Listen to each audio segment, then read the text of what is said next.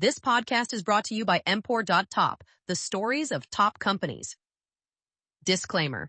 This AI-generated content is for informational purposes only and should not be considered as investment advice. Affirm, the story of buy now, pay later's most ambitious player. Picture this. It's January 2021, and a Ukrainian-born PayPal co-founder is watching his company's stock price double on its first day of trading. Max Levchin's stake in Affirm suddenly balloons to $2.5 billion as shares rocket from $49 to $97 in a matter of hours. The market is sending a clear message. The anti-credit card company has arrived. Today, Affirm stands as the largest U.S.-based buy now, pay later lender, a financial technology powerhouse processing $28 billion in payments annually for 22 million users. From Peloton bikes to Amazon purchases, from Walmart groceries to airline tickets, Affirm has quietly inserted itself into the American shopping experience, offering what it calls honest financial products in a world of hidden fees and compound interest traps. But here's the fascinating question. How did a PayPal alum convince some of America's largest retailers, Amazon, Walmart, Target, Shopify, to bet their customer relationships on a new form of consumer credit? How did Affirm navigate the treacherous waters between Silicon Valley disruption and Wall Street regulation? And perhaps most intriguingly, why did Max Levchin, already wealthy from the PayPal exit, decide to take another swing at revolutionizing consumer finance? This is a story about disrupting one of capitalism's oldest businesses, lending money. It's about building trust in an industry built on mistrust. It's about surviving the fintech wars when competitors include everyone from Swedish unicorns to Apple itself. And ultimately, it's about whether transparent, point-of-sale financing can actually deliver on its promise to improve financial lives, or whether it's simply credit cards in a shinier package. What you'll learn today: the inside story of Affirm's journey from startup studio experiment to public company, the strategic partnerships that made the difference, the regulatory battles that nearly derailed everything, and the playbook for building a two-sided financial network in the age of embedded finance. We'll examine the bear and bull cases, dissect the unit economics, and explore what the future holds for consumer credit in America. Let's dive into the remarkable ascent of the company that dared to be the anti-credit card. The story begins not in Silicon Valley, but in Soviet-era Kyiv, where a sickly child named Maximilian Raphaelovich Levchin fought for every breath. Behind the curtain of Soviet-era Ukraine, Maximilian Raphaelovich Levchin is born to a family of physicists. As a child, Max struggles to overcome life-threatening respiratory diseases. His parents are told he won't live past childhood. With his mother's urging, a determined young Max begins playing the clarinet to build lung capacity. The clarinet, that unlikely medical device, would become his first lesson in engineering solutions to seemingly impossible problems. The Levchin family's exodus from the collapsing Soviet Union reads like a Cold War thriller. In 1991, Levchin and his family left the Soviet Union under political asylum and headed for the United States, settling in Chicago. He remembers taking a Pan Am flight from Moscow with only $700 in their pockets to start a new life in America.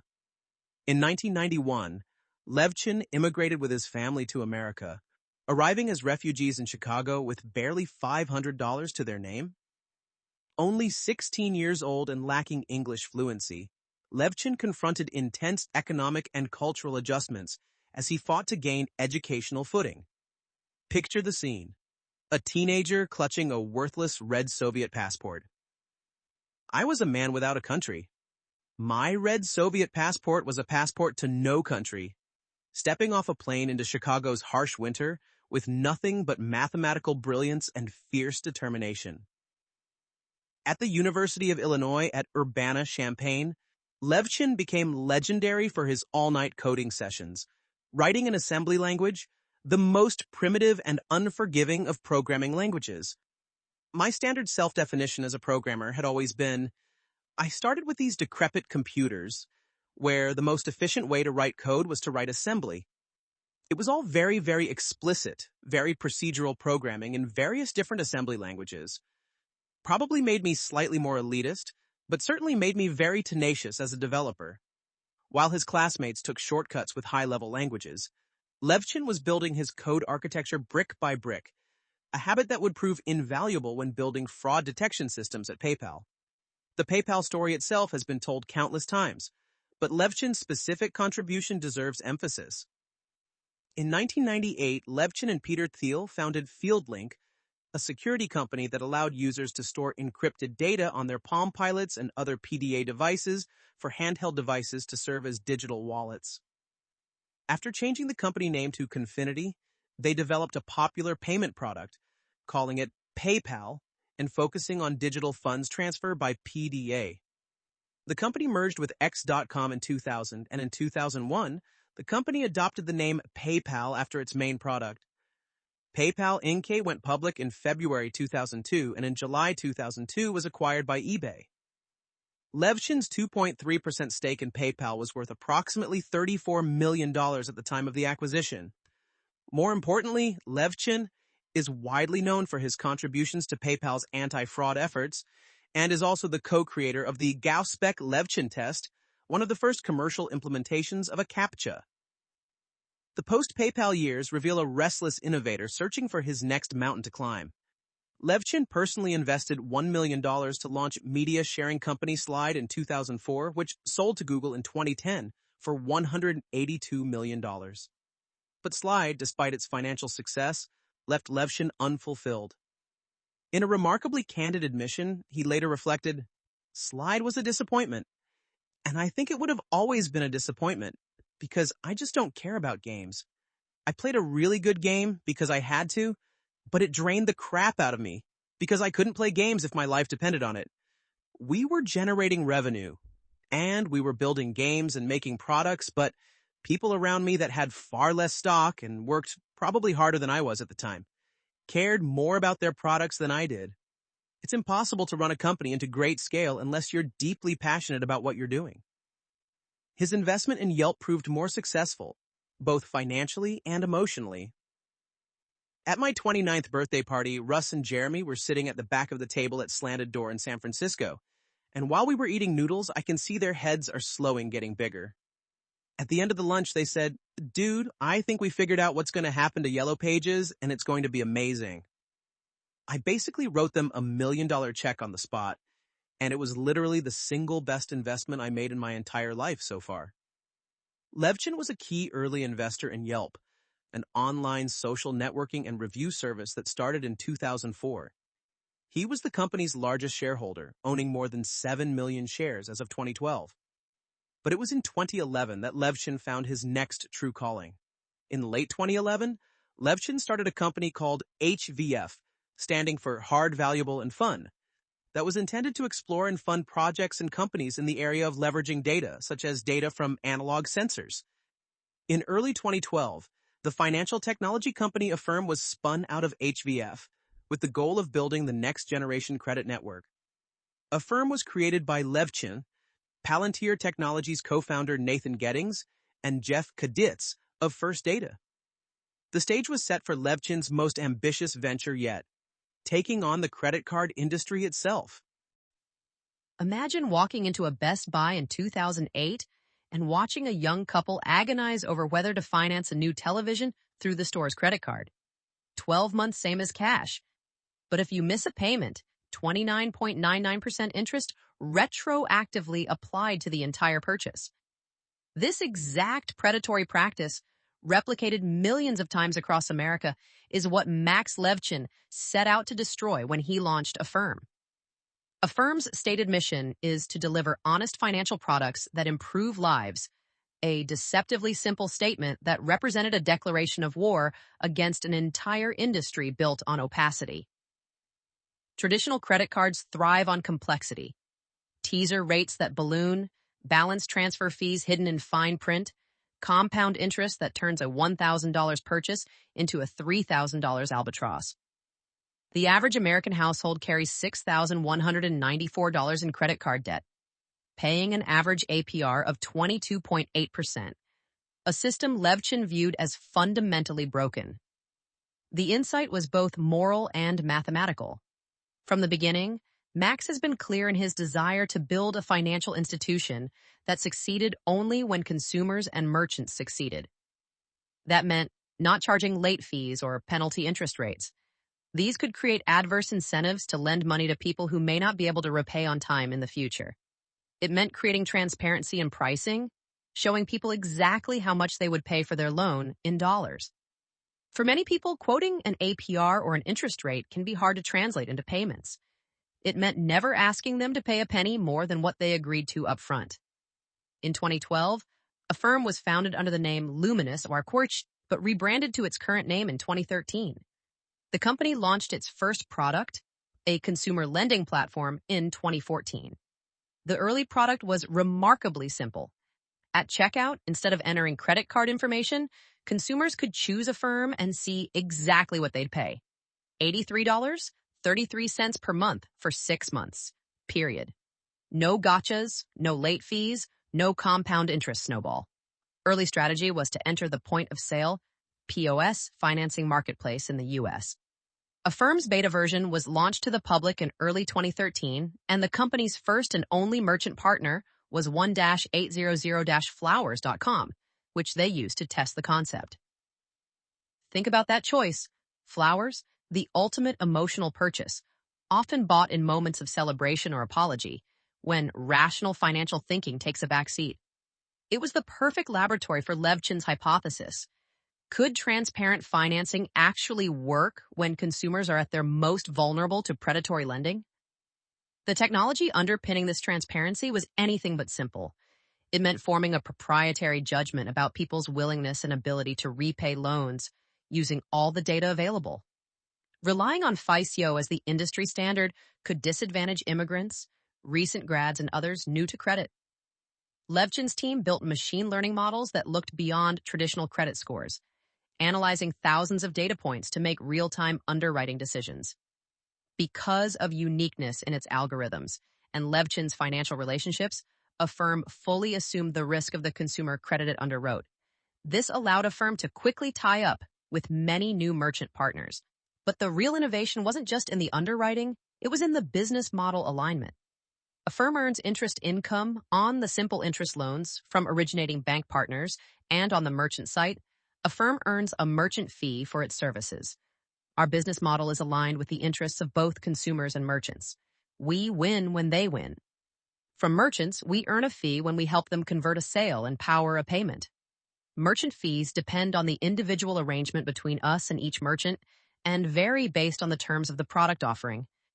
We generally earn larger merchant fees on 0% APR financing products.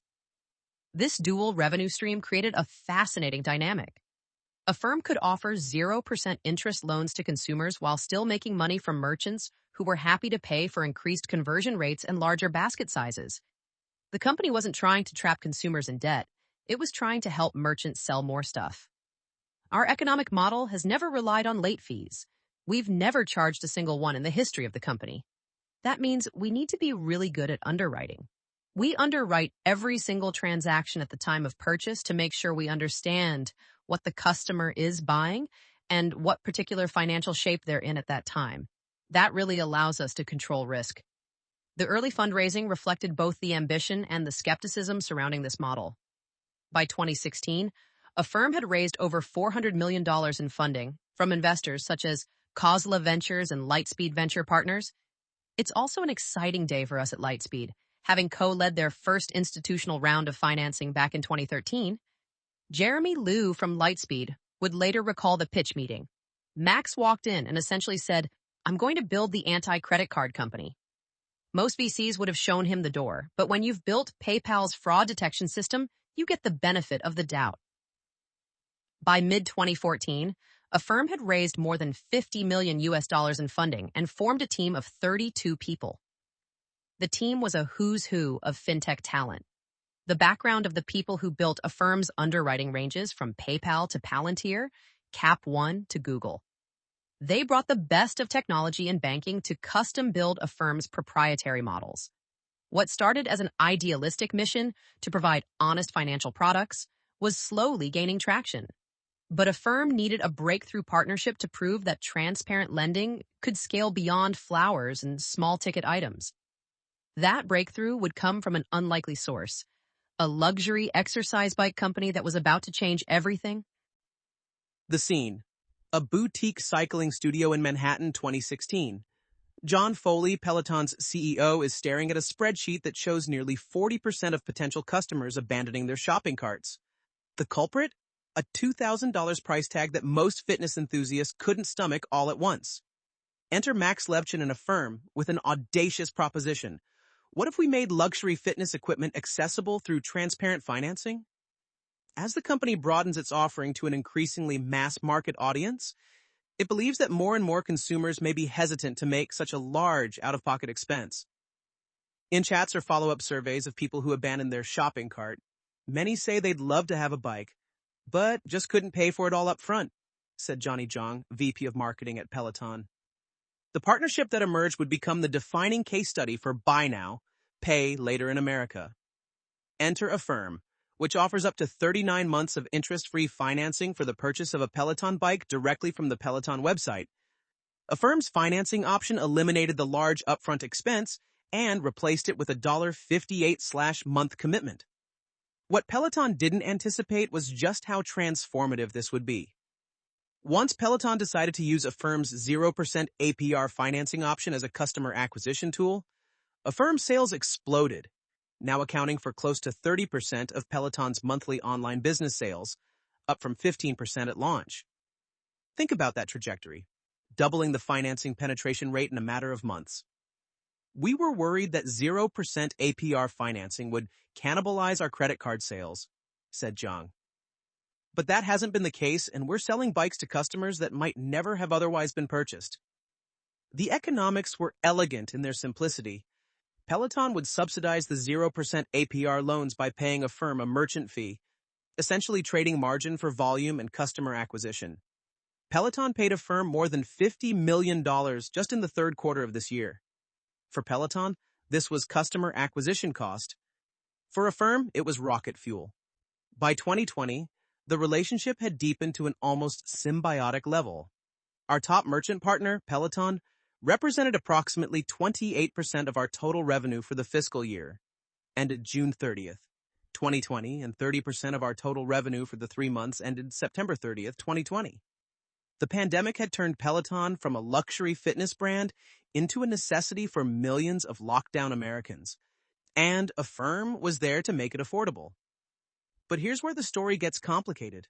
Revenue concentration at this level, nearly a third of your business from a single partner, is the kind of dependency that makes investors nervous. Notably, the unicorn's next 9 largest customers are worth just 7% of its revenue, meaning that Affirm really has a singular company risk. If Peloton drops Affirm or sees its own sales slow, our fintech startup could be sharply undercut. The comparison to other tech companies was unavoidable, because investors have a few recent examples of tech companies going public on the back of attractive growth, only to lose a single key customer, blowing a hole in their ability to grow. It happened to Twilio regarding Uber, more here, and it happened to Fastly and its customer TikTok even more recently. Yet Levchin and his team saw the Peloton concentration not as a bug but as a feature, proof that Affirm could handle enterprise-scale partnerships, complex integrations, and massive transaction volumes. The Peloton relationship demonstrated something crucial. When given the choice between traditional credit and transparent financing, consumers overwhelmingly chose transparency, even when they had access to credit cards. Affirm has a long-standing deal with Peloton, which has been growing so fast during the pandemic that it now accounts for 30% of Affirm's revenues. Peloton buyers are often older and richer than the core Affirm customer base, and more likely to be happy to use credit cards. But given the option to get 0% financing on their exercise bike, they'll take it. The partnership also revealed an unexpected insight about consumer behavior. These weren't subprime borrowers who couldn't get credit elsewhere. These were affluent consumers who could afford to pay cash but chose financing because it was transparent and fair.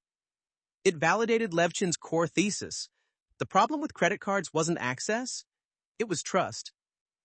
By late 2020, as Affirm prepared for its IPO, The Peloton partnership had become both its greatest asset and its most significant risk factor. The loss of Peloton as a merchant partner, or the loss of any other significant merchant relationships, would materially and adversely affect our business, results of operations, financial condition, and future prospects. The market would soon test this dependency. When Peloton's growth began to slow in late 2021 as gyms reopened, Affirm's stock took a hit. But by then, Levchin had learned the crucial lesson from the Peloton partnership. Product market fit in fintech isn't just about the technology or the terms. It's about finding the perfect merchant partner who understands that financing isn't a necessary evil but a growth accelerator. The Peloton partnership had proven that BNPL could work at scale, handle high-ticket items, and actually improve both merchant economics and consumer satisfaction. Now, it was time to take that playbook and expand it across the entire e-commerce ecosystem. The next chapter would be about reducing concentration risk while maintaining the magic of the merchant-consumer Affirm triangle.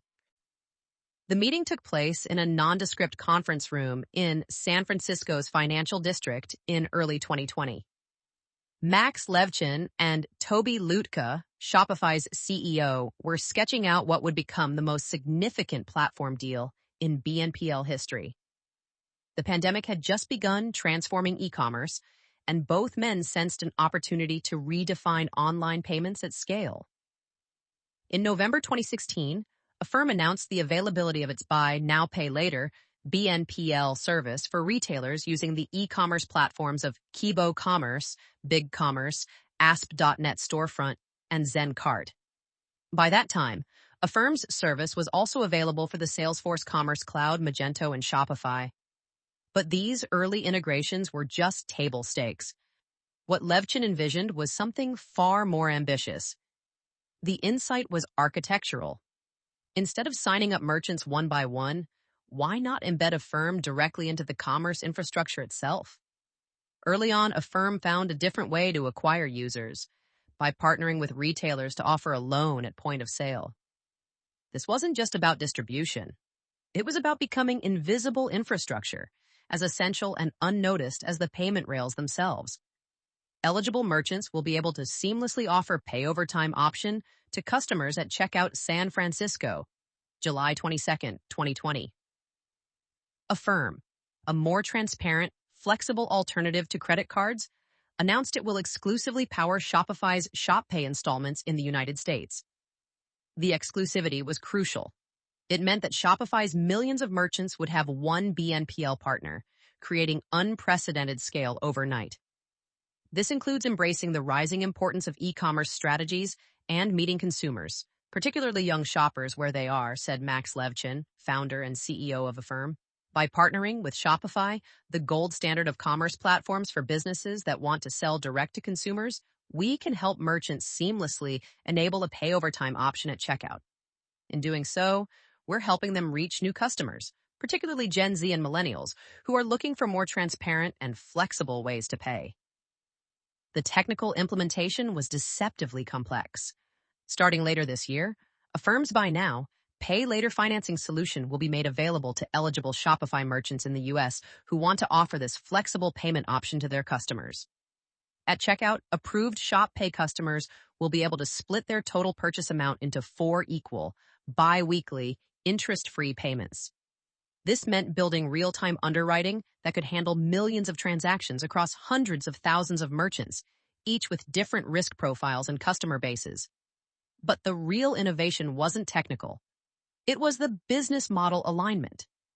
Eligible U.S. Shopify merchants who elect to offer Shop Pay installments to their customers will not have to worry about collecting future payments from customers. They will receive the full purchase amount, less fees, upfront, and Affirm will handle payment collection. Affirm was taking on all the credit risk, all the servicing complexity, in exchange for becoming the default financing option for an entire generation of direct-to-consumer brands. According to Racked in November 2017, Affirm had launched an app which allowed consumers to take out loans for purchases at any retailer. The company aimed at building and perfecting a new underwriting system, powered by machine learning, to determine consumer creditworthiness. This virtual card capability meant consumers could use Affirm anywhere, not just at integrated merchants, a crucial step toward ubiquity. The platform strategy extended beyond Shopify. Walmart was a different beast entirely. Affirm was founded in 2012 by Max Levchin, Nathan Gettings, Jeffrey Kaditz, and Alex Rampell as part of the initial portfolio of startup studio HVF. Levchin, who co-founded PayPal, became CEO of Affirm in 2014. By 2019, Affirm announced a partnership with Walmart, making its service available at self-checkout kiosks in stores and on the Walmart website. This wasn't just about online anymore. It was about meeting consumers wherever they shopped. The numbers told the story of explosive growth. Affirm changed its growth strategy to acquire merchants at a rapid pace, instead of directly going to merchants. Affirm engaged in partnerships with large platforms that serve online businesses. For example, in August 2020, Affirm announced a partnership with Shopify, under which Affirm's BNPL financing solution will be made available to eligible Shopify merchants in the U.S. This led to an exponential increase in the number of merchant partners. U.S. has enabled more than 100,000 Shopify merchants to seamlessly offer millions of consumers the ability to split purchases up to $3,000 into 4 interest-free bi-weekly payments with no fees. From a handful of direct merchant relationships to over 100,000 through a single platform partnership, this was the power of becoming infrastructure. The strategic expansion continued with a crucial innovation: adaptive checkout. U.S. merchants offering Shop Pay installments will have access to Affirm's adaptive checkout trademark, a first-of-its-kind product in the U.S., which dynamically offers bi-weekly and monthly payment options side by side in a single integrated checkout. This meant Affirm could serve both small impulse purchases and large considered purchases through the same integration, dramatically expanding the addressable market. Since its launch in 2021, Shop Pay installments has been rapidly adopted, with millions of consumers using the payment option across Shopify's extensive merchant network. The adoption curve was steeper than anyone anticipated. Merchants who had never considered offering financing suddenly found it was just a toggle switch away. The platform partnerships created powerful network effects. Each new merchant brought new consumers to Affirm. Each returning consumer became more likely to seek out Affirm at other merchants. The company had solved the chicken and egg problem that plagues most two-sided marketplaces by partnering with platforms that already had both sides at scale. By 2022, the strategy had proven so successful that Shopify and Affirm extended their partnership globally. The renewed multi-year partnership cements Affirm's position as the exclusive pay-over-time provider for Shop Pay installments in the U.S. It also extends this exclusivity into Shopify's home market of Canada and enables the partnership to continue growing into new markets worldwide, with plans to enter the UK on the horizon. The transformation was complete. Affirm had evolved from a direct-to-consumer lender to a payments infrastructure company. The next challenge would be even bigger, competing with the tech giants themselves as they entered the BNPL space. The scene was surreal. Max Levchin, sitting in his San Francisco home office at 4:30 a.m. on January 13th, 2021, watching pre-market trading indicators while his 2 young children slept upstairs.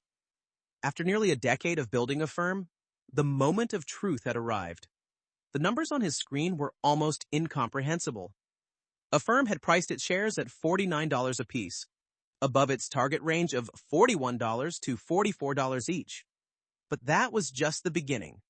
The stock began trading at $90.90 per share and closed at $97.24. In a single day, Affirm's market value had soared to $23.6 billion. Levchin's stake, 27.5 million shares, was suddenly worth over $2.5 billion. The journey to this moment had been anything but smooth. On November 18, 2020, Affirm filed with the Securities and Exchange Commission in preparation for an initial public offering, IPO. On December 12, 2020, it was reported that Affirm had postponed its IPO. The delay was telling. Affirm had watched Airbnb's December IPO soar 135% on its first day and realized the market was dramatically underpricing tech offerings. Affirm had proposed listing its shares in the $33 to $38 range prior to its aborted December listing, while news reports earlier this week predicted it would list at $41 to $44. The continuous upward revisions reflected both market froth and genuine investor excitement about the BNPL opportunity. The IPO, the largest U.S. listing so far in 2021, signals that investor appetite for new stocks remains robust following a stellar 2020, which was the strongest IPO market in 2 decades. But beneath the celebration lay complex questions about Affirm's business model and path to profitability. All of this could make it harder for Affirm, which lost $112 million in its last fiscal year, to one day earn a profit. The company's financials revealed both promise and peril. Explosive growth, fueled by pandemic e-commerce acceleration, but also significant losses and that nagging Peloton concentration risk. Today is the result of years of work by hundreds of dedicated Affirmers who believe in honest and transparent finance. And although there is more work to be done, today offers an opportunity to reflect and celebrate. Max Levchin, founder and CEO of Affirm, said in a tweet, "Behind the corporate speak was genuine emotion. This was vindication for a decade-long bet that consumers would choose transparency over traditional credit." In an interview with Fortune, Levchin reiterated his familiar mantra that the credit card industry is deceitful and immoral, and that Affirm offers a way to provide consumers credit with dignity. "We don't profit from our customers' mistakes and misfortunes. The entire premise of the credit card industry is based on late fees." It was classic Levchin, framing a business model as a moral crusade. The market's reaction reflected both the BNPL gold rush and something deeper. A generational shift in how consumers thought about credit. Founded in 2012, Affirm now has over 6 million customers and provides its pay-as-you-go offering to a wide range of merchants from discount sellers to luxury purveyors. The company recently expanded its reach through a partnership with online retail giant Shopify. The timing couldn't have been better, or more precarious. Pandemic tailwinds and e-commerce acceleration had created perfect conditions for BNPL adoption. Online shopping had exploded, traditional credit card applications had plummeted among younger consumers, and merchants desperate for sales were willing to pay higher fees for guaranteed conversion. But challenges loomed on the horizon. These include a new competing product from Levchin's alma mater, PayPal, as well as the prospect of merchants pushing back against its fees, much as they have done against credit card companies in recent years. Competition was intensifying from every direction. Klarna from Europe, Afterpay from Australia, and rumors that Apple was developing its own BNPL product. The fintech makes most of its money from merchant fees, so customers can pay zero interest. Loans which bear interest scratch late fees. This dual revenue model, merchant fees for 0% loans, interest income for longer-term financing, was both Affirm's strength and its vulnerability. Rising interest rates could squeeze margins, while an economic downturn could spike defaults. For Levchin, it marks almost 2 decades since PayPal went public.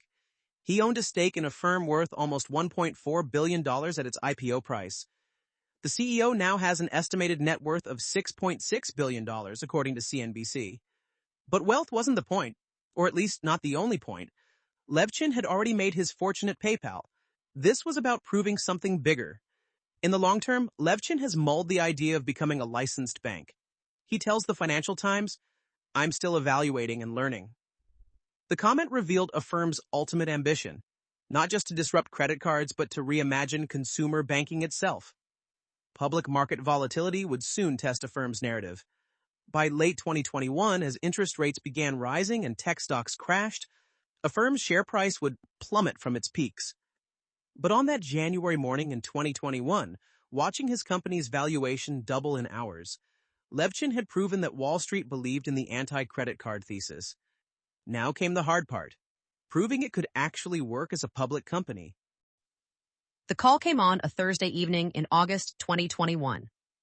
Max Levchin was driving home from Affirm's San Francisco office when Eric Morse, his head of sales, called with news that would redefine the company's trajectory. Amazon wants to do a deal. They want exclusivity, and they want to launch in weeks, not months.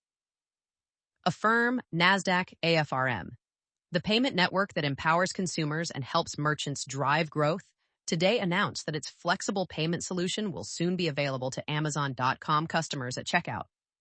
Amazon and Affirm are testing with select customers now, and in the coming months, Amazon plans to make Affirm more broadly available to its customers. The timing was electric. The deal was announced Friday, sending Affirm shares up as much as 50% in after-hours trading.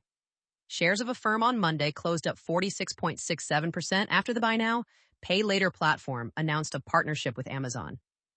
In a matter of hours, Affirm's market capitalization had increased by over $8 billion. But the real significance went far beyond stock price movements. It also marks Amazon's first partnership with an installment player, though the company already offers installment options on some items. For Amazon, the world's largest e-commerce platform, to choose Affirm as its exclusive BNPL partner was validation of the highest order. As a result of Amazon and Affirm's partnership, select Amazon customers now have the option to split the total cost of purchases of $50 or more into simple monthly payments by using Affirm. Approved customers are shown the total cost of their purchase upfront and will never pay more than what they agree to at checkout. As always, when choosing Affirm, consumers will not be charged any late or hidden fees. The integration challenges were staggering. Amazon processes millions of transactions daily across thousands of product categories, each with different risk profiles.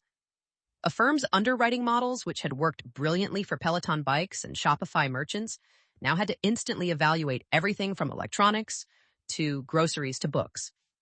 By partnering with Amazon, we're bringing the transparency, predictability, and affordability that Affirm provides today to the millions of people who shop on Amazon.com in the U.S.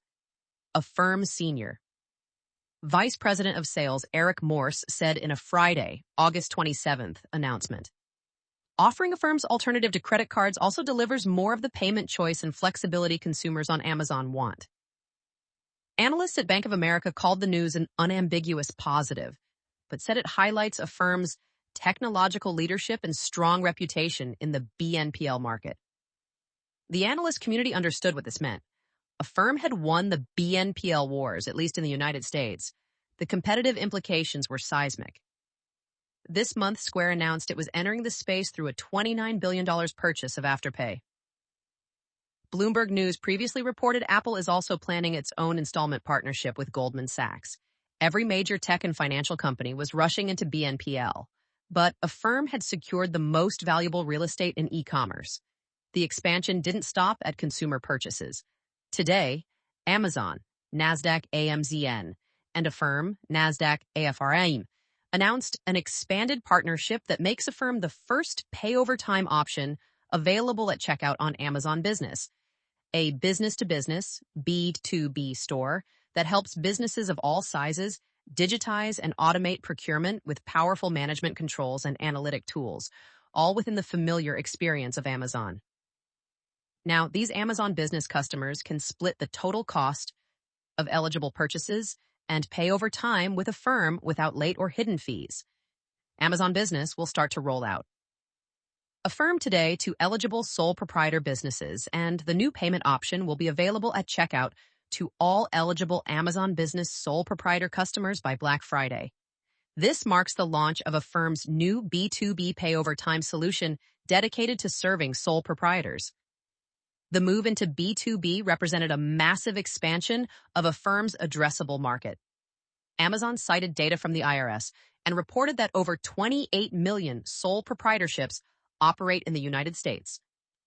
Integrating Affirm as a payment option helps us do just that, while providing more flexibility and convenience to our customers, said Todd Hymes, director of Amazon Business Worldwide.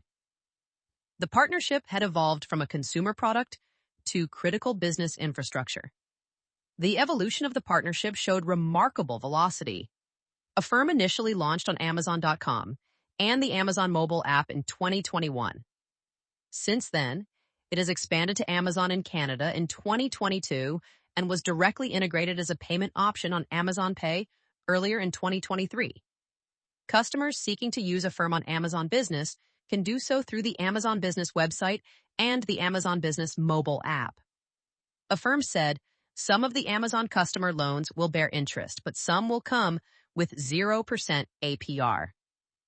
This flexibility, offering both promotional 0% financing and interest-bearing loans, allowed Affirm to serve a broader range of transactions and risk profiles than competitors locked into a single model. The Amazon partnership also revealed a crucial strategic insight. In the platform economy, being first mover with the right partner matters more than being perfect. While competitors like Klarna had more international presence and Afterpay had stronger brand recognition among younger consumers, Affirm had the technology and risk management capabilities that Amazon trusted. According to Payments Dive in October 2022, Bank of America Securities identified Affirm as the most frequently used BNPL app in the U.S., with a 30% market share, while noting a slowdown in BNPL sector growth in the U.S. and worldwide. The Amazon partnership had cemented Affirm's position as the market leader, but success brought new challenges. The partnership meant Affirm was now processing transactions at unprecedented scale, requiring massive investments in infrastructure and risk management. Every basis point of loss rate mattered when you were financing millions of Amazon purchases. The company that had built its reputation on careful, transaction-by-transaction underwriting now had to operate at the speed and scale of Amazon. The Amazon partnership represented both the culmination of Affirm's platform strategy and the beginning of a new chapter. Breaking into mainstream retail and what it means for BNPL had been achieved. Now the question was whether Affirm could maintain its underwriting discipline and customer-first ethos while operating as critical infrastructure for the world's largest retailer. The conference room at Affirm's New York office overlooked Madison Square Park, where food trucks served lunch to lines of office workers paying with corporate cards. Watching this scene in early 2023, Libor Michalek, Affirm's president of technology, turned to his team with a question.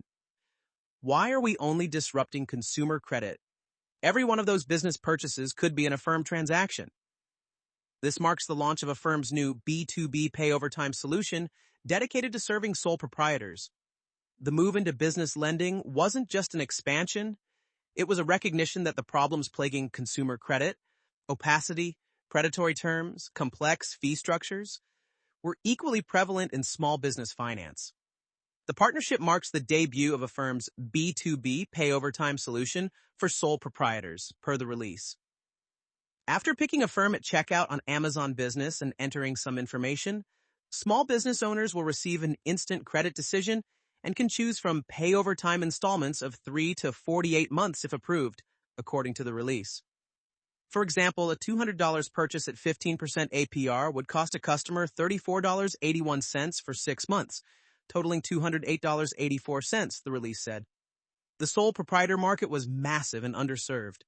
Amazon cited data from the IRS and reported that over 28 million sole proprietorships operate in the United States. By extending an adaptable payment solution for these businesses, Affirm and Amazon Business aim to provide them with increased purchasing capabilities, improved cash flow management, and better growth opportunities.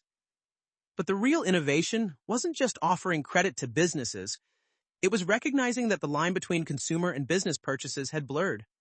A graphic designer buying a laptop, a rideshare driver purchasing floor mats, a food delivery person getting insulated bags. These were business expenses that looked like consumer purchases. According to CNBC in October 2021, Affirm had partnered with Target and also with Apple to offer financing services. Each partnership expanded Affirm's reach, but more importantly, each taught the company something new about different customer segments and use cases. The Stripe partnership announced in May 2022 was particularly strategic. In May 2022, Affirm signed a partnership with digital payments processor Stripe Inc. to make its adaptive checkout service available to Stripe users in the U.S. By integrating with Stripe, Affirm instantly became available to millions of online businesses that use Stripe for payment processing. This wasn't just distribution, it was becoming the default financing option for the internet economy. The network effects were becoming undeniable. Each new merchant brought new consumers. Each returning consumer became more likely to seek out Affirm at other merchants. The company had solved the classic marketplace chicken and egg problem by partnering with platforms that already had both sides at scale. In June 2024, Apple announced a partnership with Affirm, allowing U.S. users to apply for Affirm's loans through Apple Pay, and subsequently revealed plans to shut down its own Pay Later service. According to CNBC, Affirm was slated to surface as an option for U.S. Apple Pay users on iPhones and iPads later in the year. This was perhaps the ultimate validation. Apple, which rarely partners with anyone, had chosen Affirm over building its own solution. The expansion into travel and experiences represented another frontier. Then, in September 2023, online travel platform Booking.com joined Affirm's payment network, which also included American Airlines, Cathay Pacific, Cheapware, and Vacasa. Financing a vacation or flight was different from financing a product. The purchase was consumed before it was paid off, requiring different underwriting models and risk assessments. The company's expanded partnership with Amazon comes as small to medium-sized businesses, SMBs, are seeking new avenues of funding as traditional sources of financing dry up. SMBs may be driven by a sense of urgency, as only 26% have access to the equivalent of at least 60 days' worth of revenue, and 17% have no ready access to emergency funding, Piements wrote last month. The business model expansion revealed a deeper truth about Affirm's strategy.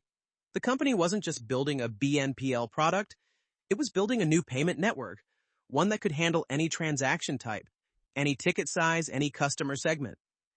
The technology stack that powered this, real-time underwriting, dynamic pricing, instant funding, was the real moat. In May 2023, payment processor WorldPay launched a partnership with Affirm, enabling WorldPay merchants to use Affirm's payment services. The company reported over 17 million consumers and 279,000 merchants, and processed an annual gross merchandise volume, GMV, of $20.2 billion for its fiscal year ending June 30, 2023. Building the merchant ecosystem and network effects had transformed Affirm from a lender into a platform. The company now operated a two-sided network where each additional participant, merchant or consumer, made the network more valuable for everyone else. This was the holy grail of fintech, becoming so embedded in the transaction flow that removing you would be unthinkable. The challenges of this expansion were significant. Business lending required different regulatory compliance, different underwriting models, different servicing capabilities. But Affirm's investment in technology and infrastructure over the years had created a platform flexible enough to handle these variations. By 2024, Affirm had evolved far beyond its origins as a point-of-sale lender. It was now critical infrastructure for American commerce, processing billions in transactions across every category imaginable. The next challenge would be even more daunting: navigating an increasingly complex regulatory landscape while fending off competition from both fintech startups and traditional financial institutions. The letter arrived at Affirm's headquarters on December 16, 2021, bearing the seal of the Consumer Financial Protection Bureau. As Max Levchin read through the 16-page order, he recognized this moment had been inevitable. The BNPL industry had grown too big, too fast, to escape regulatory scrutiny. Today, the Consumer Financial Protection Bureau, CFPB, issued a series of orders to 5 companies offering Buy Now, Pay Later, BNPL credit. The orders to collect information on the risks and benefits of these fast-growing loans went to Affirm, Afterpay, Klarna, PayPal, and Zip. The CFPB is concerned about accumulating debt, regulatory arbitrage, and data harvesting in a consumer credit market already quickly changing with technology. The timing was brutal. Affirm's stock had been riding high after the Amazon partnership, but shares of Affirm, which went public in January, plunged more than 10% following the CFPB news. The market's reaction reflected deep uncertainty about what regulatory intervention might mean for the entire BNPL sector. Buy Now, Pay Later is the new version of the old layaway plan, but with modern, faster twists where the consumer gets the product immediately, but gets the debt immediately too, said CFPB Director Rohit Chopra. The comparison to layaway was telling. It positioned BNPL as an evolution of a familiar concept rather than a dangerous new form of credit. But the debt immediately framing suggested concern. Levchin's response was characteristically measured but firm. A spokesperson for Affirm said, in an email to CNN Business that we welcome the CFPB's review and support regulatory efforts that benefit consumers and promote transparency within our industry. The Affirm spokesperson added that the company has never charged a late or hidden fee ever, and that we will continue to engage with all of our stakeholders, including regulators, to support efforts that advance our mission. The CFPB's concerns were specific and substantive. Accumulating debt? Whereas the old-style layaway installment loans were typically used for the occasional big purchase, people can quickly become regular users of BNPL for everyday discretionary buying, especially if they download the easy-to-use apps or install the web browser plugins. The specter of consumers juggling multiple BNPL loans across different providers, creating a debt spiral invisible to traditional credit reporting, was real. Regulatory arbitrage. Some BNPL companies may not be adequately evaluating what consumer protection laws apply to their products. For example, some BNPL products do not provide certain disclosures, which could be required by some laws. And while the BNPL application may look similar to a standard checkout with a credit card, protections that apply to credit cards may not apply to BNPL products. Many BNPL companies do not provide dispute resolution protections available to users of other forms of credit like credit cards. The political pressure was intensifying from multiple directions. 6 U.S. senators, including Elizabeth Warren, DMAS, the architect of the CFPB, called for strengthening oversight of BNPL products and providers. While the emergence of BNPL as affordable small-dollar credit has potentially provided an alternative to more costly forms of credit, these products also have the potential to cause consumer harm, the lawmakers wrote in a letter to the CFPB this month. The industry's response revealed both unity and division. For nearly a decade, Affirm has been advancing its mission to deliver honest financial products that improve lives. And we have never charged a late fee or hidden fee, ever, the company said in a statement. This positioning, Affirm as the responsible actor in a potentially irresponsible industry, would become central to its regulatory strategy. In September 2022, the CFPB published its findings. The Consumer Financial Protection Bureau, CFPB, published a report offering key insights on the buy now, pay later industry. The report, Buy Now, Pay Later Years, Market Trends and Consumer Impacts, finds that industry grew rapidly during the pandemic, but borrowers may receive uneven disclosures and protections. The 5 firms surveyed in the report originated 180 million loans totaling over $24 billion in 2021, a near tenfold increase from 2019. The data revealed concerning trends. Late fees are becoming more common. 10.5% of unique users were charged at least one late fee in 2021, up from 7.8% in 2020. But Affirm could point to a crucial distinction. It didn't charge late fees at all, setting it apart from competitors who relied on penalty revenue. The credit reporting challenge was particularly complex. Until recently, few BNPL lenders furnished information about consumers to the nationwide consumer reporting companies, NCRCs. This lack of furnishing could have downstream effects on consumers and the credit reporting system. It could be bad for BNPL borrowers who pay on time and may be seeking to build credit, since they may not benefit from the impact that timely payments may have on credit reports and credit scores. It may also impact both BNPL lenders and non-BNPL lenders, seeking to understand how much debt a prospective borrower is carrying. According to a Payments Dive article in May 2023, Affirm stated that it was partnering with data analytics company FICO to create a BNPL credit scoring model, while noting the CFPB's concerns around the lack of information being furnished in the BNPL space. This proactive approach, working with the credit bureaus rather than fighting them, distinguished Affirm's regulatory strategy. To address the discrete consumer harms, the CFPB will identify potential interpretive guidance or rules to issue with the goal of ensuring that buy now, pay later lenders adhere to many of the baseline protections that Congress has already established for credit cards. The threat was clear. BNPL could be regulated like credit cards, potentially destroying the business model's economics.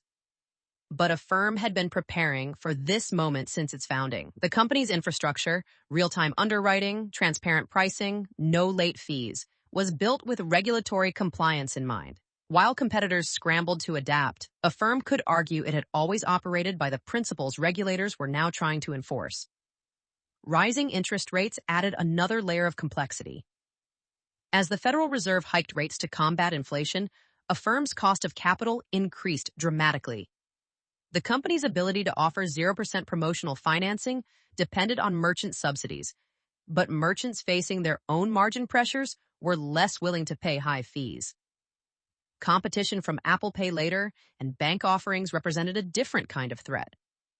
When traditional financial institutions entered BNPL, they brought regulatory compliance but also deep pockets and existing customer relationships. Affirm's advantage, being the anti-bank, became less compelling when banks themselves offered transparent installment options. The regulatory evolution of BNPL revealed a fundamental tension: how to protect consumers without stifling innovation. Affirm's approach, embracing regulation while maintaining its consumer-first principles, positioned it as the responsible actor in a rapidly maturing industry. But whether that positioning would translate to sustainable competitive advantage remained an open question. The spreadsheet on Michael Linford's screen told a story of financial engineering at its finest. Affirm's CFO was walking investors through the company's third quarter 2023 results, and the numbers revealed both the elegance and complexity of the BNPL business model. Revenue less transaction costs, Affirm's key metric, had reached $187 million for the quarter, but understanding what that meant required peeling back layers of financial innovation. The company generates revenue by applying a service fee to sellers, charging interest to borrowers, or both, and does not charge a late fee. This dual revenue stream was the key to Affirm's unit economics. On a $1,000 Peloton bike financed at 0% APR over 12 months, Affirm might earn $60.80 from Peloton and merchant fees, a 6 to 8% take rate that Peloton gladly paid for the increased conversion. But the real sophistication lay in the risk stratification. Affirm earns interest income on the simple interest loans from originating bank partners, and on the merchant site, Affirm earns a merchant fee for its services, per Form 10K. Our business model is aligned with the interests of both consumers and merchants. We win when they win. For merchants, we earn a fee when we help them convert a sale and power a payment. Merchant fees depend on the individual arrangement between us and each merchant, and vary based on the terms of the product offering. We generally earn larger merchant fees on 0% APR financing products. For both the fiscal years ended June 30th, 2021 and 2020, 0% APR financing represented 43% of total gross merchandise volume, GMV, facilitated through our platform. This structure incentivizes us to help our merchants convert sales and increase AOV through the commerce and technology solutions offered by our platform. The underwriting technology was where Affirm's PayPal DNA showed most clearly. The lender says its loan underwriting involves evaluating transactions by considering credit scores and other pertinent factors, while also incorporating machine learning. Every transaction generated hundreds of data points. Not just credit scores, but purchase history, merchant category, time of day, device type, even typing patterns. The models had been trained on millions of transactions, learning the subtle differences between a consumer buying a necessity versus a luxury, a gift versus personal use. We underwrite every single transaction at the time of purchase, Wayne Pauman, Affirm's chief revenue officer, explained to investors. Our economic model has never relied on late fees. We've never charged a single one in the history of the company. That means we need to be really good at underwriting. We underwrite every single transaction at the time of purchase to make sure we understand what the customer is buying and what particular financial shape they're in at that time. That really allows us to control risk. The capital market strategy was equally sophisticated. Affirm operated multiple funding channels simultaneously: warehouse credit facilities for immediate liquidity, forward flow agreements with banks for predictable funding, and ABS, asset-backed securities, markets for efficient capital recycling. Additionally, the report cited Affirm as an unsecured loan lender, which funded about a third of its business through securitizations. The securitization process itself was a marvel of financial engineering. Affirm would originate loans, season them for a few months to establish payment patterns, then bundle them into securities sold to institutional investors. The best-performing loans, those 0% APR Peloton purchases by prime borrowers, might price at SOFR plus 150 basis points. The riskier tranches, longer-term interest-bearing loans to subprime borrowers, might require SOFR plus 500 basis points or more. But here's where it got interesting. Affirm retained the servicing rights and often kept a vertical slice of each securitization, aligning its interest with investors. If loans performed poorly, Affirm felt the pain first. This skin-in-the-game approach gave investors confidence and kept funding costs relatively low. The path to profitability had been long and winding. Calendar Q4 2020 net losses as a percentage of its revenue, 8.8%. Why did we do all of that? Isn't it blindingly obvious that if a firm were racking up contribution margin, gross margin, improvements, and revenues were rising, net margins would improve? No. Never presume operating leverage in a unicorn. It must be proven. We can now trace the rapid improvement of a firm's net margins back to its growth, GMV, revenue, and improving economics. The unit economics had improved dramatically since the early days. In 2019, a firm's revenue less transaction costs, RLTC, as a percentage of GMV was 2.9%. By 2023, it had expanded to 3.8%. This might seem like a small change, but on $20 billion of GMV, each basis point of improvement was worth $2 million in gross profit. The merchant fee structure revealed strategic thinking. Affirm charged different rates based on AOV, average order value, product category, and merchant size. A small DTC brand might pay 6 to 8% for 0% APR financing. Walmart might pay 3 to 4%. Amazon likely paid even less. But the volume from Amazon more than made up for the lower margins, at classic platform economics. Interest income added another layer of complexity. On longer-term loans where consumers paid interest, a firm's average APR was around 15%. But this varied widely. A 3-month loan might carry 0% APR, fully merchant subsidized, while a 48-month loan for the same consumer might be priced at 25% APR. The pricing algorithm considered not just credit risk, but also competitive dynamics, merchant relationships, and portfolio composition targets. The servicing operation was surprisingly capital light. Unlike traditional lenders with armies of collection agents, Affirm's servicing was largely automated. Payment reminders went out via text and email. Failed payments triggered instant retry logic. The self-service portal let consumers adjust payment dates or amounts. Only the most complex cases required human intervention. Loss rates told a story of disciplined underwriting. Through the pandemic boom and subsequent normalization, Affirm's charge-off rates remained remarkably stable at 2 to 3% of GMV. Compare that to credit card charge-offs averaging 3 to 4%, or subprime auto loans at 7 to 10%, and Affirm's underwriting prowess becomes clear. But the most important metric might be customer acquisition cost, CAC.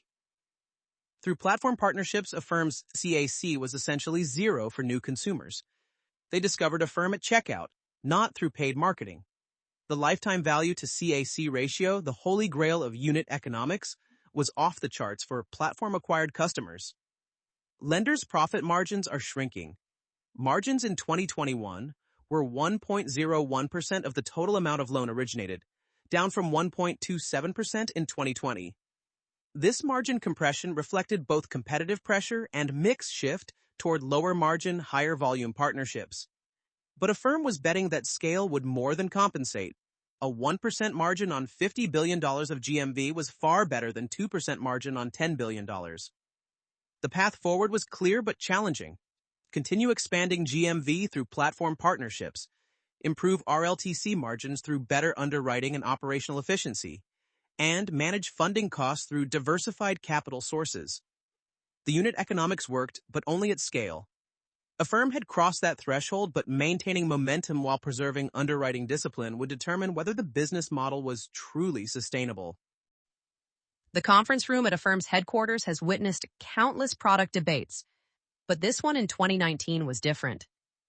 Max Levchin was sketching furiously on the whiteboard, explaining to his leadership team why they needed to start building their next S-curve 3 years before the current one peaked. If you're not thinking about your next S-curve at least 3 years in advance, you're too late. He would later tell founders seeking his advice. Building trust through transparency. The first lesson from Affirm's journey is counterintuitive. In financial services, radical transparency can be a competitive advantage, not a liability. For nearly a decade, Affirm has been advancing its mission to deliver honest financial products that improve lives, and we have never charged a late or hidden fee, ever. This wasn't just marketing. It was product architecture. Every system, every line of code, every partnership agreement was built around this principle. The power of this approach became clear during merchant negotiations.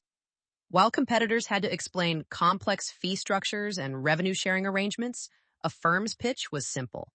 We make money when you make money. No hidden economics, no misaligned incentives. This transparency extended to consumers, investors, and even regulators, creating trust that money couldn't buy. The power of exclusive partnerships and concentration risk. The Peloton concentration, reaching 30% of revenue, would terrify most investors. But VIII understood something crucial.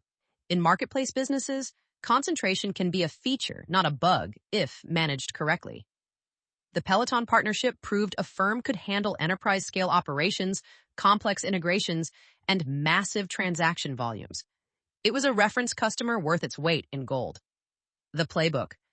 Start with one anchor tenant who validates your model, use that success to attract similar partners, then gradually diversify.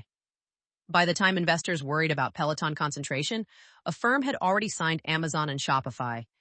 Concentration risk became diversification opportunity. Timing the market. Why BNPL worked when it did. 3 forces converged to create the perfect conditions for BNPL: the death of retail loyalty to credit card rewards, the rise of millennial debt aversion, and the platformization of commerce. Affirm didn't create these trends. It surfed them. VIII's insight from his PayPal days proved crucial. Payments innovation follows commerce innovation by about 5 years. As e-commerce went from desktop to mobile to social, payment methods needed to evolve. Credit cards designed for physical plastic and signature verification were increasingly anachronistic in a world of one-click checkout. Platform versus product. When to expand horizontally. Many of my formative conversations about leadership began with Peter Thiel, my co-founder at PayPal. He truly has an amazing capacity to bring out the very best in the people he surrounds himself with, VIII reflected. One lesson from Thiel that proved crucial. Don't expand horizontally until you've dominated vertically. Affirm spent years perfecting point-of-sale lending before launching the virtual card. Years building merchant integrations before becoming a platform. Years serving consumers before expanding to businesses. Each horizontal expansion was built on a foundation of vertical dominance. Managing regulatory risk in fintech. The approach to regulation revealed sophisticated thinking about stakeholder management. Instead of the typical Silicon Valley ask forgiveness, not permission mentality, Affirm engaged proactively with regulators. The company's infrastructure, real-time underwriting, transparent pricing, no late fees, anticipated regulatory requirements before they were mandated. When the CFPB came calling, Affirm could honestly say it already operated by the principles regulators wanted to enforce. This wasn't regulatory capture, it was a regulatory alignment. Build the product. Regulators wish existed, and regulation becomes a competitive moat, not a burden. The importance of founder-led companies in complex industries. If you expect your team to work over the weekend, you show up to the office with them and work even harder. As a leader, you better be in the same trenches as your crew, otherwise they won't believe in the importance and value of the product your company is building, VIII emphasized. During the 2024 layoffs, VIII didn't hide in his office. Go be with the people. It'll feel better in the end, and they will feel better in the end, the PayPal co-founder said. He helped laid-off employees pack their boxes, finding the experience between cathartic and therapeutic. This hands-on leadership style, technical founder as moral compass, proved essential in an industry built on trust. The founder's technical background mattered enormously. Levchin could personally evaluate underwriting models, debate system architecture, and understand the nuances of capital markets. In fintech, where technology and finance intersect at every decision, having a founder who deeply understood both domains was invaluable. Key tactical lessons. He will also explain why he believes that entrepreneurship is an endurance sport, and that having a passion for the problem is paramount to the longevity of any startup founder. Levchin's endurance showed in his approach to building a firm, patient capital deployment, long-term partnership thinking, and willingness to absorb losses while perfecting the model.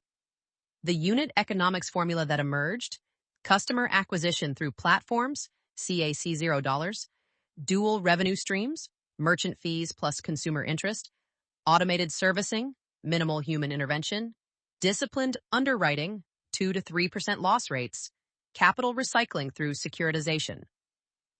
The anti-pattern lessons. What Affirm didn't do is equally instructive. They didn't chase growth at any cost, maintained underwriting discipline, build a consumer app first, went B2B2C through merchants, compete on price, competed on transparency and experience, fight regulation, embraced it as validation, hide from hard truths, published detailed financials even when unflattering. In business, there are plenty of hard problems, and the more you work with people, the more you realize that the truly hard problems are always about humans, Levchin observed. Affirm's success came from solving human problems, mistrust of credit, fear of debt, confusion about terms, with technology solutions. The playbook Affirm created will be studied for decades. How to disrupt an entrenched industry through moral positioning, how to build a two-sided network through platform partnerships, how to navigate complex regulation while maintaining startup speed. But perhaps the most important lesson is the simplest. In financial services, trust is the ultimate currency, and transparency is how you earn it. The spreadsheet on the analyst's screen at Mizuho Securities showed two starkly different scenarios for Affirm's 2030 valuation. $5 billion in the bear case, $100 billion in the bull. The gap reflected not just uncertainty about Affirm's execution, but fundamental questions about the future of consumer credit itself. The bull case, secular shift. Away from credit cards. The optimistic scenario starts with a simple observation. Credit cards are a 70-year-old technology trying to survive in a digital-first world. Every year, another cohort of consumers enters their prime spending years having never owned a physical credit card. To them, the idea of carrying a balance at 25% APR seems as antiquated as writing checks. Affirm processes $28 billion in GMV annually, but the U.S. credit card purchase volume exceeds $5 trillion. If BNPL captures just 10% of credit card volume, a reasonable assumption given European trends, Affirm could be processing $200+ billion annually. At current take rates, that's $7, $8 billion in revenue justifying a $50+ billion valuation on revenue multiples alone. International expansion offers another vector for explosive growth. BNPL penetration in Australia exceeds 10% of e-commerce. In Sweden, it's over 20%. The renewed multi-year partnership cements Affirm's position as the exclusive pay-over-time provider for Shop Pay installments in the U.S. It also extends this exclusivity into Shopify's home market of Canada and enables the partnership to continue growing into new markets worldwide, with plans to enter the UK on the horizon. Geographic expansion through platform partners reduces execution risk and customer acquisition costs. The B2B opportunity might be even larger than consumer. Amazon cited data from the IRS and reported that over 28 million sole proprietorships operate in the United States. Small business lending is a $700 billion market in the U.S. alone, traditionally served by predatory merchant cash advance providers and expensive business credit cards. Affirm's transparent, transaction-level financing could revolutionize how small businesses manage cash flow, but the real bull case rests on network effects. As more consumers use Affirm, more merchants feel compelled to offer it. As more merchants offer it, more consumers discover and trust it. This virtuous cycle, once it reaches critical mass, becomes nearly impossible to disrupt. PayPal proved this in payments. Affirm could prove it in lending. The bear case, rising defaults and commoditization. The pessimistic scenario begins with macroeconomic reality. Rising interest rates have increased a firm's cost of capital from near zero to 5% plus. Every 100 basis point increase in funding costs directly impacts margins. In a recession, loss rates could spike from 2 to 3% to 6 to 8%, destroying unit economics. Regulatory crackdown poses an existential threat. If the CFPB requires BNPL to comply with Truth in Lending Act provisions, mandatory disclosures, dispute resolution, ability to repay assessments, compliance costs could make small-ticket transactions unprofitable. Europe has already begun regulating BNPL like traditional credit. The US could follow. Competition is intensifying from every direction. Apple's entry with Apple Pay Later, though later discontinued, showed that big tech sees opportunity. Every major bank now offers installment options. Klarna, backed by $3.7 billion in funding, is expanding aggressively in the US. When everyone offers BNPL, it becomes a commodity, and margins collapse. The commoditization risk is real.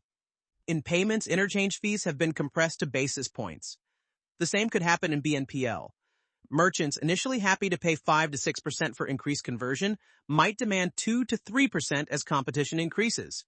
Consumer acquisition costs, currently near zero through platforms, could spike if a firm needs to market directly. Customer behavior presents another concern. Late fees are becoming more common. 10.5% of unique users were charged at least one late fee in 2021, up from 7.8% in 2020. While a firm doesn't charge late fees, rising delinquencies still mean higher charge-offs. Young consumers, a firm's core demographic, are most vulnerable to economic downturns. The reality, somewhere in between. The truth likely lies between these extremes. A firm has proven it can navigate challenges, from Peloton concentration to regulatory scrutiny to rising rates. The company's disciplined underwriting, platform partnerships, and transparent model provide real differentiation. According to Payments Dive in October 2022, Bank of America Securities identified Affirm as the most frequently used BNPL app in the U.S. with a 30% market share. Being the market leader matters in financial services, where trust and brand recognition drive consumer choice. The key variables to watch: credit performance. If a firm maintains 2 to 3% loss rates through a recession, the bear case crumbles. The company's transaction-level underwriting and merchant-subsidized 0% loans provide cushion against defaults. Regulatory outcome. Clear regulation could actually benefit a firm by raising barriers to entry and forcing competitors to abandon predatory practices. As the most compliant player, a firm might gain share. Platform stickiness. If Amazon, Shopify, and Walmart remain exclusive partners, a firm maintains its distribution advantage. The cost and complexity of switching BNPL providers creates lock-in. Capital markets access. A firm's ability to securitize loans efficiently determines scalability. Strong ABS demand and tightening spreads suggest institutional confidence. What success looks like in 5 years. In the optimal scenario, by 2029, a firm has captured 5% of U.S. credit card volume, $250 plus GMV, expanded internationally through platform partnerships, built a profitable B2B lending business, maintained. As of August 2025, this section would be populated with the most recent developments, which are beyond my knowledge cutoff. Key areas to monitor would include Q2 2025 financial results, new partnership announcements, regulatory updates from the CFPB, competitive moves from Apple and banks, international expansion progress, and any new product launches. Essential SEC filings. Affirm S1 registration statement, November 2020. Latest 10K annual report. Quarterly 10Q filings, proxy statements, DEF 14A, long-form analysis, TechCrunch, Inside Affirm's IPO filing, 2020. The information. Affirm's path to profitability. Stratechery. Affirm in the BNPL paradox. Forbes, Max Levchin's decade-long bet against credit cards. Academic and industry research. Federal Reserve, Buy Now, Pay Later, survey evidence. McKinsey & Company. The Future of Payments in America. Oliver Wyman. BNPL, Sustainable Business Model or Flash in the Pan.